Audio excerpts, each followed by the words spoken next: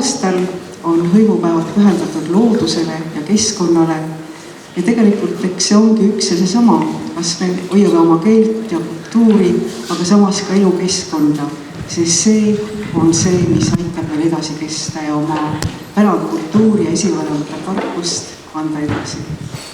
Ma tänan omalt poolt kõiki, kes on aidanud kaasa hõimupäevade, mis tegelikult on praegu hõimukuuks kujunenud, korraldamisele, nendele toredate näituste, filmifestivalide, kontsertide, loengute ja ka konverentsi elluviimisele, sest see seob meid ühte.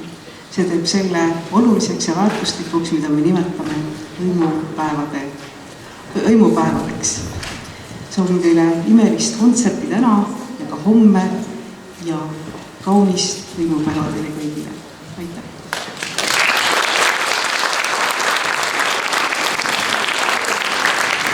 Suhtumises loodusesse ilmneb soome-ugrilaste ürgne panteism.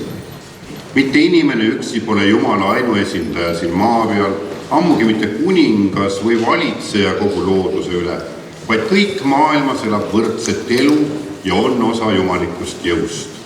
Midagi ei ole mõne kõrgem olend poolt loodud, vaid kõik on tekkinud iseendast ja kõik kehastab jumalikku.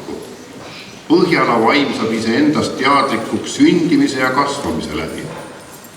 Soome-ugrilaste hinges on elava loodustunde aluseks ennekõike sügav armastus meid ümbritseva välisilma vastu. Mets mühab ümber ringi. Ma seisan lagedal ja mõtlen. Küll armas on elu siin põhjataeval. Kui sügav sinav süli end laatab üle maa ja kuuskede õõtsuvail ladvul käib kohin tuulena. Ja metsa puude varjul, kui eljuks õnneaim, kui laulaks lõputa laulu me aitsja põhjavaim.